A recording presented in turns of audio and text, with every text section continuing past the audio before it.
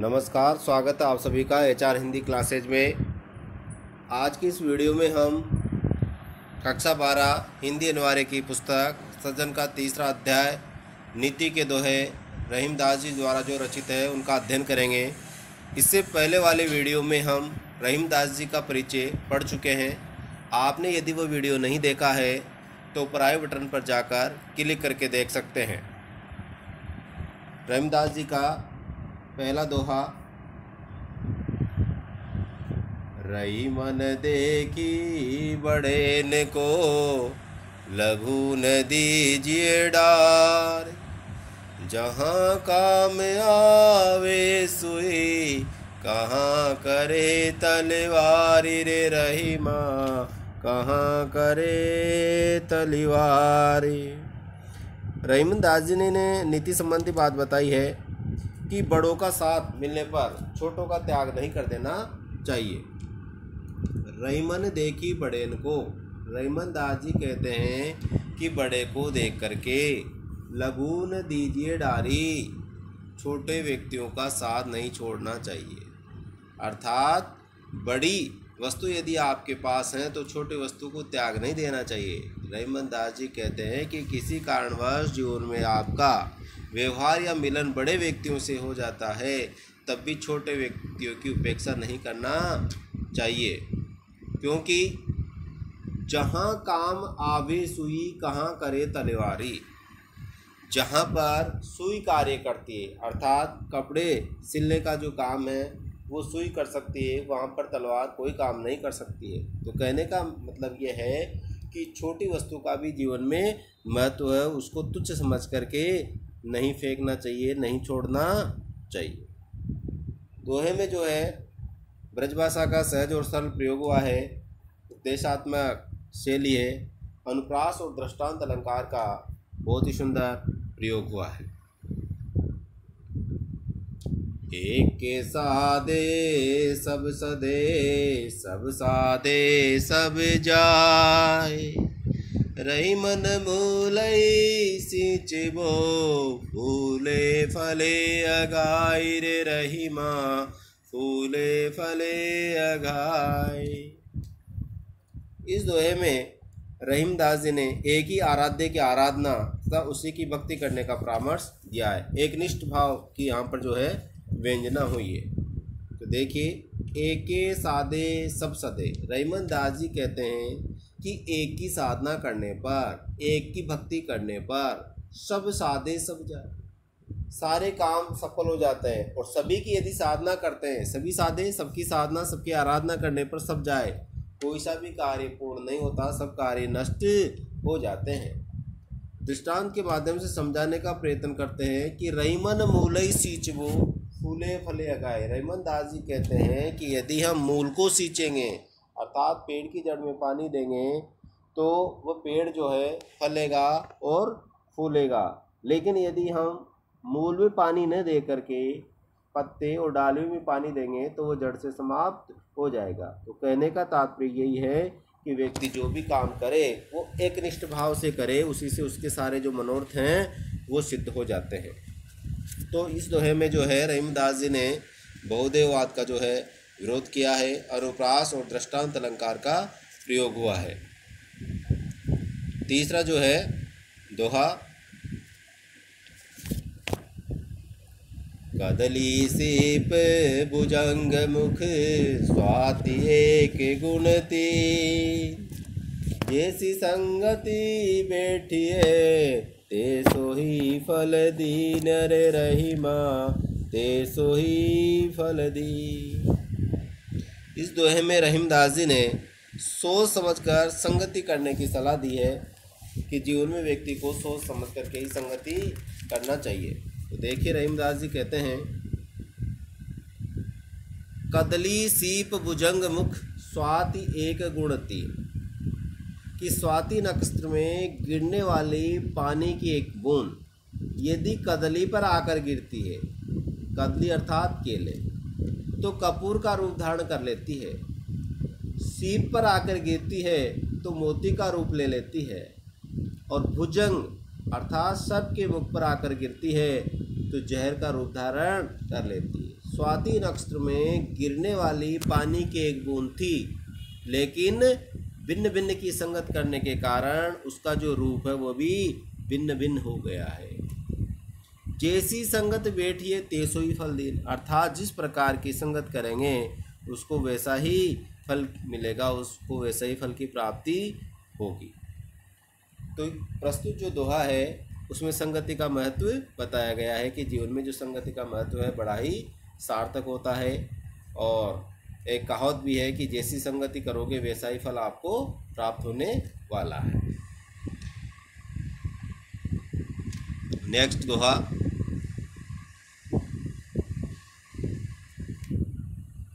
काज परे कछु और है, काज सरे कछु और, रही मन भंवरी के भये, नदी सिरावत मोर रे रही माँ, नदी सिरावत मोर।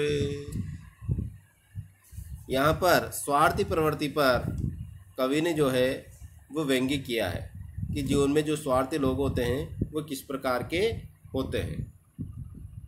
काज परे कछु और है, रहीमन दास जी कहते हैं कि मनुष्य का जब काम पड़ता है अर्थात उनको कोई कार्य करवाना होता है तो उनका स्वभाव कुछ और होता है, अर्थात वो बहुत ही अच्छा आदर और सम्मान करते हैं। काज सरे कचोर, और जब उनका काम सरे यानी परिपूर्ण हो जाता है तो उनका जो स्वभाव है कुछ और हो जाता है, यानी बदल जाता है, उनमें परिवर्तन आ जाता है, पहले जैसा वो मान और सम्मान नहीं करते हैं। दृष्टांत के माध्यम से समझाते हैं, रईमन भंवरी के भय।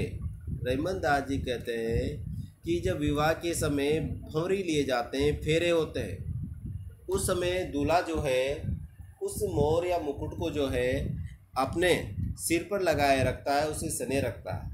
लेकिन जैसे ही फेरे संपन्न होते हैं, नदी सिरावत मोर, सिरावत कहते हैं बहाना, मोर कहते हैं मुकुट को, उस मुकुट या मोर को जो है वह नदी में प्रभावित कर देते हैं, नदी में फेंक देते हैं। तो यहाँ पर स्वार्थी प्रवृत्ति वाले मनुष्य पर जो है वो व्यंग्य किया है कि किस प्रकार से काम निकलने के बाद वो उसको तुच्छ मानने लग जाते हैं। नेक्स्ट दोहा, उसका वाचन करते हैं। जो रहीम उत्तम प्रकृति, का करी सकत कुसंग, चंदन विष व्यापत नहीं, लपटे रहते भुजंग रे रही माँ, लपटे रहते भुजंग। रहीमन दास जी ने इस दोहे में जो है बताया कि उत्तम प्रकृति वाले मनुष्यों का दुर्जन जो व्यक्ति है कुछ भी बिगाड़ नहीं सकते हैं, कुछ भी प्रभाव नहीं छोड़ सकते हैं। रहीम उत्तम प्रकृति, रहीमन दास जी कहते हैं कि जो उत्तम प्रकृति के लोग होते हैं, अच्छे स्वभाव के सज्जन लोग होते हैं, काकरी सकत कुसंग, अर्थात कुसंग उनका कुछ भी नहीं कर सकती, अर्थात कुसंगति का प्रभाव उन पर नहीं पड़ सकता है। दृष्टांत के माध्यम से समझाते हैं, चंदन विश्व आपत नहीं, लपटे रहत भुजंग। जिस प्रकार से चंदन के वृक्ष होते हैं और उन पर बहुत ही जो है विषैले नाग भुजंग जो है वो लिपटे रहते हैं, लेकिन वो उस पर उनका विष नहीं छोड़ पाते हैं, अर्थात चंदन के पेड़ पर किसी भी प्रकार का कोई प्रभाव नहीं पड़ता है, वो पहले जैसे ही खुशबू देते रहते हैं। तो विशेष जो है वो ये बताया गया है कि उत्तम प्रकृति वालों की विशेषता में कि संगति जो है वो सार्थक होती है और कुसंगत उनका कोई नहीं बिगाड़ सकती है। अनुप्रास और जो है दृष्टांत अलंकार का सुंदर प्रयोग हुआ है, सहज सरल ब्रजभाषा है। नेक्स्ट दोहा, रूठे सुजन मनाइए, जो रूठे सो बार, रही मन फिरे फिरी पोइए, टूटे मुक्ता हार रे रही माँ, टूटे मुक्ता हार। रहीमन दास जी ने इस दोहे में सज्जन व्यक्ति की महत्ता के बारे में बताया गया है कि सज्जन व्यक्ति यदि आपसे नाराज होता है तो उसको मना लेना चाहिए। रूठे सुजन मनाइए, सुजन कहते हैं सज्जन सर्वश्रेष्ठ, रूठे यानी नाराज। रहीमन दास जी कहते हैं कि किसी कारणवश सज्जन व्यक्ति आपसे नाराज हो जाते हैं तो उसको मना लेना चाहिए। जो रूठे सो बार, उस रूठे व्यक्ति को, उस रूठे सज्जन को यदि 100 बार भी मनाना पड़े तो 100 बार ही उसको मना लेना चाहिए, क्योंकि जीवन में उससे जो है हमेशा लाभ ही होता है, उससे कभी भी हानि नहीं होती है। दृष्टांत के माध्यम से समझाने का प्रयत्न करते हैं कि रईमन फिरी फिरी पोइये।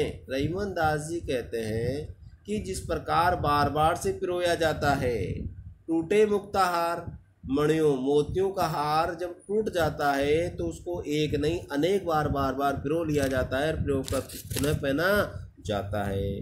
तो जीवन में उसी प्रकार से सज्जन व्यक्ति को भी रूठने पर बार बार मना लेना चाहिए, उससे जीवन में लाभ ही लाभ है। फिरी फिरी यानी यहाँ पर जो है पुनरुक्ति प्रकाश अलंकार का प्रयोग हुआ है, क्योंकि जहाँ काव्य पंक्ति में कोई शब्द 2 बार आए और दोनों बार उसका एक ही अर्थ निकले, सामान्य अर्थ निकले, फिरी फिरी यानी पुनः पुनः, तो यहाँ पर जो है पुनरुक्ति प्रकाश अलंकार का प्रयोग हुआ है। दोहे में अनुप्रास, पुनरुक्ति प्रकाश और जो है दृष्टांत अलंकार का सुंदर समन्वय देखने को मिलता है। नेक्स्ट दोहे का अपन वाचन करते हैं।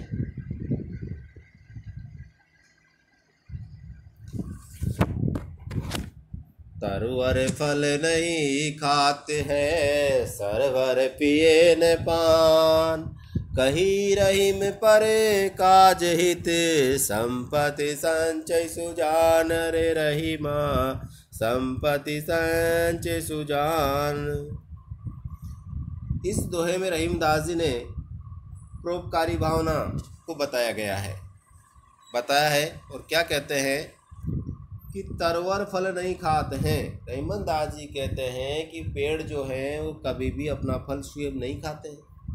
सरवर पिए न पान, सरवर अर्थात तालाब, और तालाब अपना जो पानी है वो स्वयं नहीं पीता है, अर्थात पेड़ के फल दूसरों के लिए ही और तालाब का जल दूसरों के ही काम आता है। दृष्टांत के माध्यम से समझा रहे हैं, कही रहीम पर काज हित, संपत्ति संचय सुजान। सुजान कहते हैं श्रेष्ठ व्यक्ति, संचय कहते हैं एकत्रित करना और संपत्ति कहते हैं धन को। जो श्रेष्ठ या सज्जन व्यक्ति होते हैं वो धन का संग्रह दूसरों के भले के लिए ही करते हैं, यानी उनका जो धन है वो हमेशा दूसरों के ही काम आता है, परमार्थ के काम में ही वो अपना पैसा खर्च करते हैं। तो विशेष जो है कि सज्जन जो व्यक्ति होते हैं हमेशा परोपकार का ही कार्य करते हैं। अनुप्रास और दृष्टांत अलंकार का जो है वो सुंदर प्रयोग हुआ है।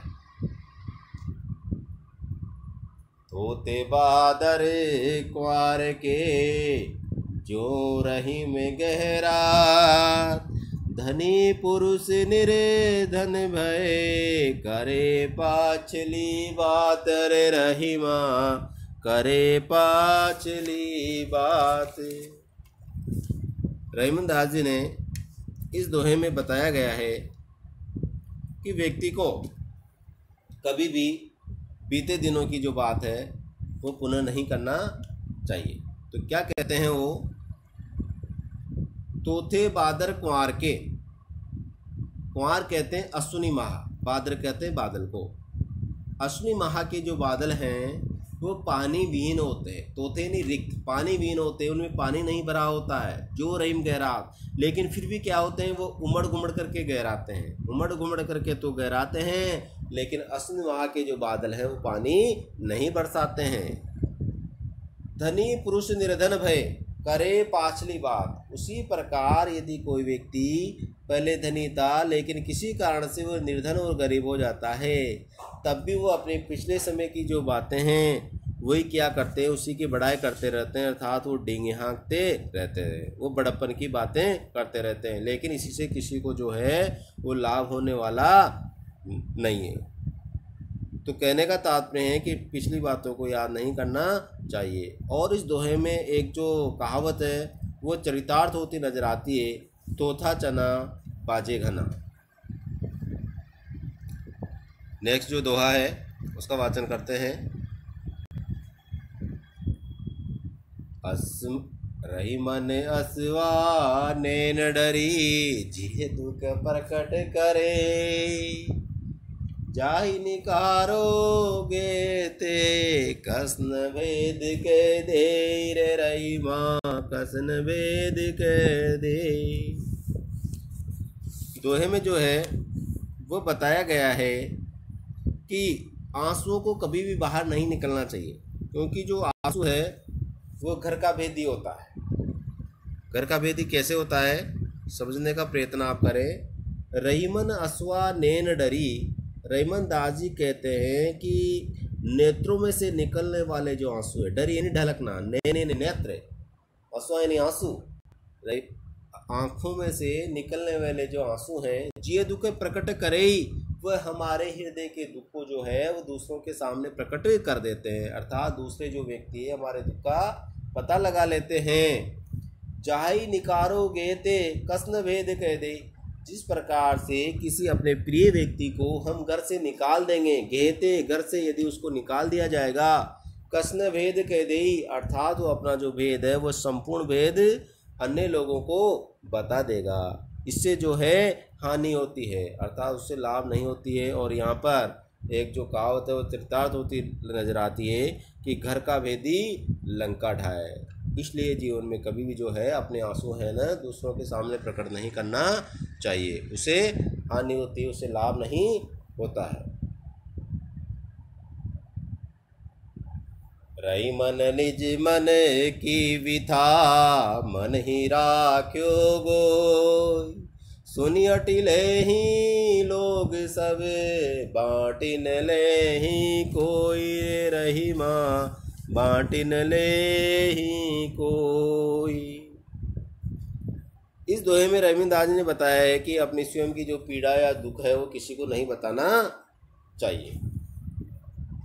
तो देखिए, रहीमन निज मन की व्यथा, रहीमन दास जी कहते हैं कि मन की जो पीड़ा है, व्यथा कहते हैं कष्ट को, मन का कष्ट, मन का जो दुख है वो किसी के सामने प्रकट नहीं करना चाहिए। मन ही राख्यो गोई, उसको मन में ही छिपा कर रखना चाहिए, गोई छिपा करके रखना चाहिए, क्योंकि सुनी अटिले ही लोग सब, सुन करके, अटिले यानी आनंद, लोग यानी संसार के लोग, सब यानी सभी संसार के लोग जो हैं वो हमारे मन के दुख को सुन करके आनंद लेते हैं, हंसी उड़ाते हैं। बांटने ले ही कोई भी हमारे सहयोगी नहीं बनते, दुख और तकलीफ को कम नहीं करते हैं। इसलिए कभी भी अपना जो दुख है वो दूसरों के सामने प्रकट नहीं करना चाहिए। अनुप्रास और दृष्टांत अलंकार का प्रयोग हुआ है। दीन सबन को लखत है, दीन ही लखे न कोई, जो रहीम दीन ही लखे, दीन बंधु सम होई, रे रहीमा दीन बंधु सम होई। इस दोहे में रहीमन दास जी ने दीनों की सहायता करने का संदेश दिया है। दीन सबन को लखत है, रहीमन दास जी कहते हैं कि जो गरीब व्यक्ति है वो सभी को देखते हैं, लखत है सभी को देखते हैं, अर्थात सभी से सहायता की अपेक्षा करते हैं, मदद की गुहार लगाता है। दीन ही लखे न कोई, लेकिन कोई भी जो है व्यक्ति उस गरीब को नहीं देखता, उस गरीब की सहायता नहीं करता है। जो रहीम दीन ही लखें, दृष्टांत के माध्यम से समझाने का प्रयत्न करते हैं कि जो भी उस गरीब को देखता है, दीन बंधु सम होई, वो दीन बंधु के समान होता है। दीन बंधु कहते हैं भगवान को, अर्थात वही व्यक्ति भगवान के समान होता है जो दुखी अवस्था में दीनों की मदद करता है। तो यहाँ पर जो है सहायता करने वाले को भगवान के समतुल्य बताया गया है। तो अनुप्रास, दृष्टांत और उपमा अलंकार का सुंदर प्रयोग हुआ है और जो भाषा है सहज सरल ब्रजभाषा है। रही दोनों रही मन एक से, जो लो बोलत नाय, जान परत है काक पिक, ऋतु बसंत के माई, रे रही माँ ऋतु बसंत के माई। इसमें संदेश दिया गया है कि बाह्य रंग और रूप के आधार पर किसी की पहचान नहीं होती, आंतरिक गुणों से ही उसकी पहचान की जा सकती है। दोनों रहीमन एक से, रहीमन दास जी कहते हैं कि दोनों एक समान है। चोलो बोलत ना है, जब तक वो नहीं बोलते हैं तब तक हम उसमें अंतर नहीं कर सकते हैं, उनको पहचान नहीं पा सकते हैं। जान परत काकपिक, ऋतु बसंत के माई, लेकिन जब बसंत ऋतु आती है तो बसंत ऋतु में काक भी बोलता है और पिकेनी कोयल भी बोलती है, कौवा भी बोलता है और कोयल भी बोलती है। कोयल की वाणी बड़ी मधुर, बड़ी मीठी होती है, संसार के सभी लोगों को वो अच्छी लगती है। लेकिन जो काक है जब बोलता है तो उसकी वाणी कर्कश होती है, सभी को अप्रिय लगती है। तो कहने का तात्पर्य कि बाह्य रंग और रूप के आधार पर पहचान नहीं की जा सकती, व्यक्ति की पहचान उसकी वाणी से ही या आंतरिक गुण से ही की जा सकती है। यहाँ पर अनुप्रास दृष्टांत अलंकार का प्रयोग हुआ है। भाषा जो है सहज सरल ब्रज भाषा है। नेक्स्ट दोहा। बड़े बड़ाई ना करे, बड़ो न बोले बोल, रही मन हीरा कब कहें, लाख टका मेरो मोल, रे रही माँ लाख टका मेरो मोल। रहीमन दास इसमें कहते हैं कि जो बड़े या महान व्यक्ति होते हैं वो कभी भी अपनी प्रशंसा स्वयं नहीं करते हैं। समझने का प्रयत्न करें।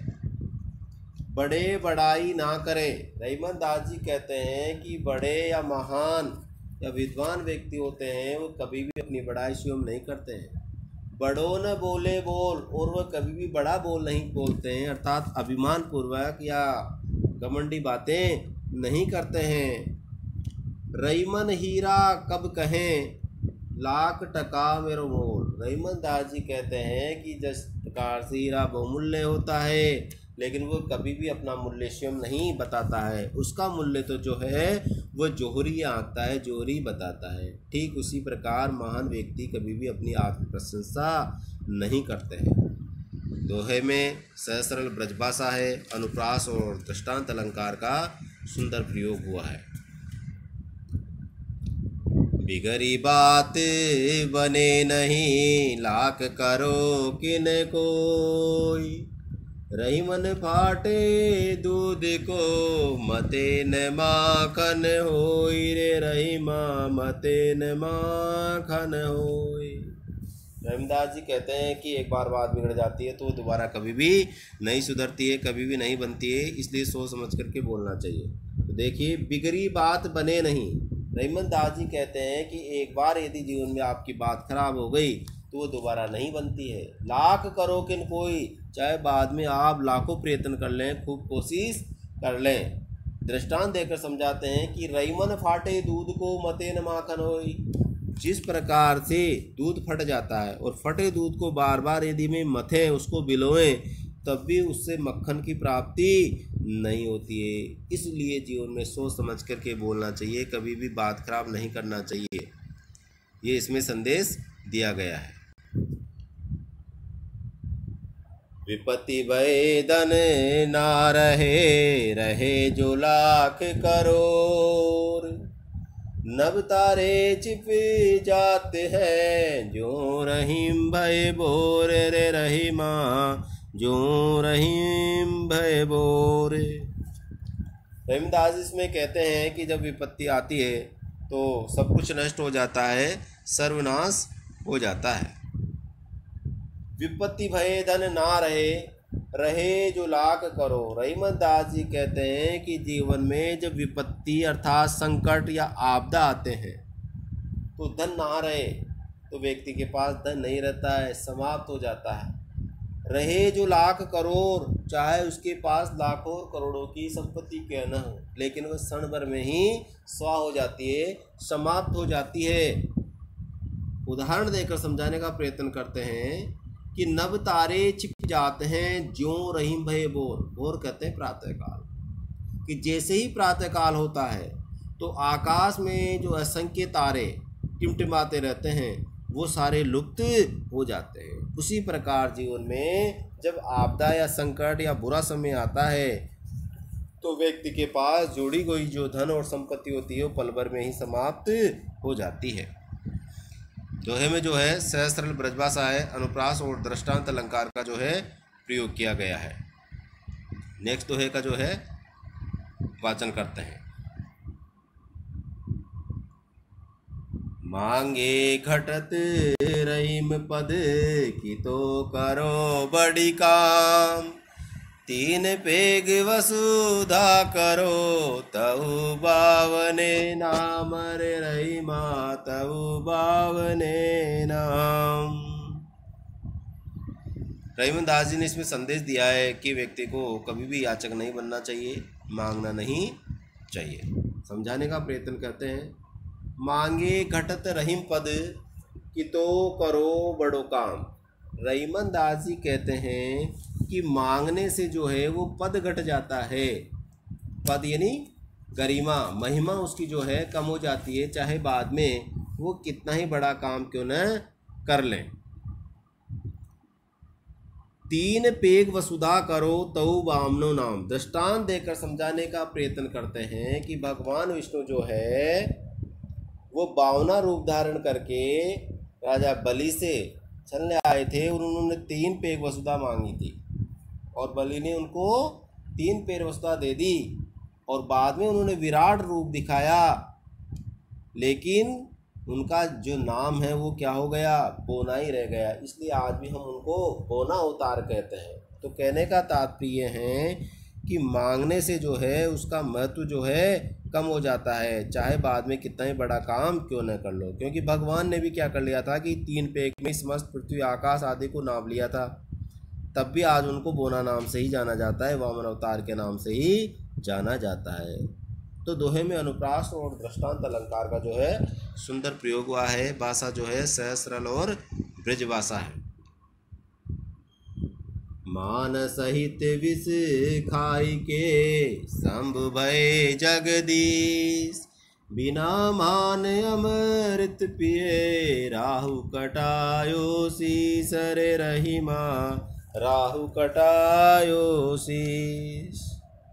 इसमें रहीमदास जी ने मान और सम्मान से विष पान करने को अति उत्तम बताया है।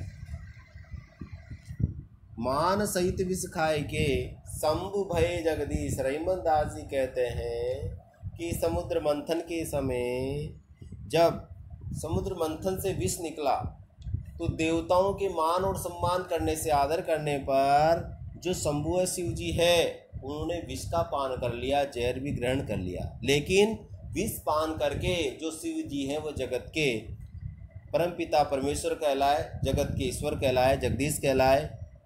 बिना मान अमृत पिए राहु कटायु शीस। और बिना मान और सम्मान के राहु नाम का जो देते हैं उनको अपना सिर कटाना पड़ा, अर्थात देवताओं ने उनका जो है सिर काट दिया, क्योंकि चुपचाप वो जो है अमृत का पान कर रहा था। तो यहाँ पर नीतिपरक बात ये बताई गई है कि व्यक्ति को जीवन में यदि मान सम्मान से अगर विष भी पिलाए तो इसको सर से स्वीकार कर लेना चाहिए, और बिना मान के यदि अमृत भी मिले तो अमृत का पान नहीं करना चाहिए। दोहे में जो है अनुप्रास और दृष्टांत अलंकार का प्रयोग हुआ है।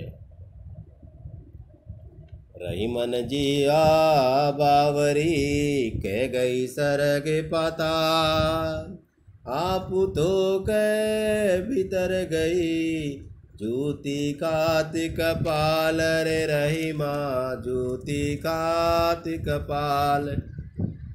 रहीमदास जी ने नीतिपरक बात यहाँ पर बताइए कि व्यक्ति को जीवन में सोच और समझ करके ही बोलना चाहिए। रहीमन जिह्वा बावरी। रहीमदास जी कहते हैं कि ये जिह्वा तो बावरी नहीं पगली है, कह गई सरग पाताल। और ये जो रसना है, ये जो जीव है, सरग पाताल यानी अनावश्यक अनर्गल जो बातें हैं वो कह जाती है। कहकर ये क्या करती है, आपू तो कहीं भीतर रही, कहकर स्वयं तो भीतर रह जाती है, मुंह के अंदर छिप जाती है। जूती खात कपाल, और जो उसका भुगतान है वो सिर को करना पड़ता है, अर्थात जूते सिर पर पड़ते हैं। इसलिए सोच समझ करके बोलना चाहिए, कभी भी अश्लील शब्दों का प्रयोग नहीं करना चाहिए। दोहे में जो है ब्रजभाषा है, अनुप्रास और दृष्टांत अलंकार का प्रयोग किया गया है।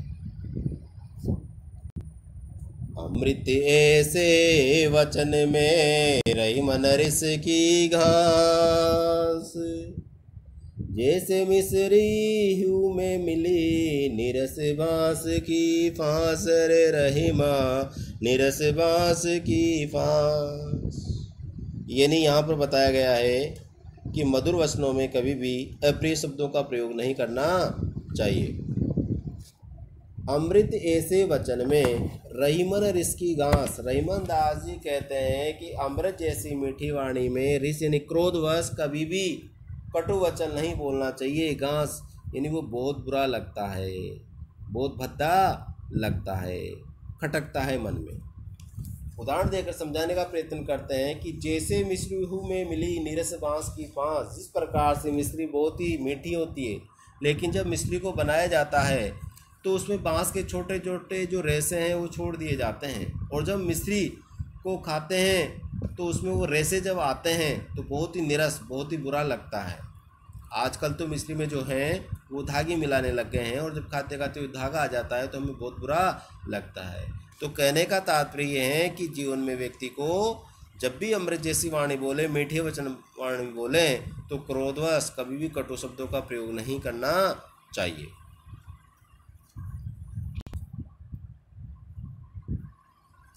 आशा करता हूँ कि ये वीडियो आपको अच्छा लगा होगा। अगर अच्छा लगे तो आप हमारे चैनल को सब्सक्राइब कर लें, ताकि इसी प्रकार के वीडियो आपको समय समय पर मिलते रहेंगे।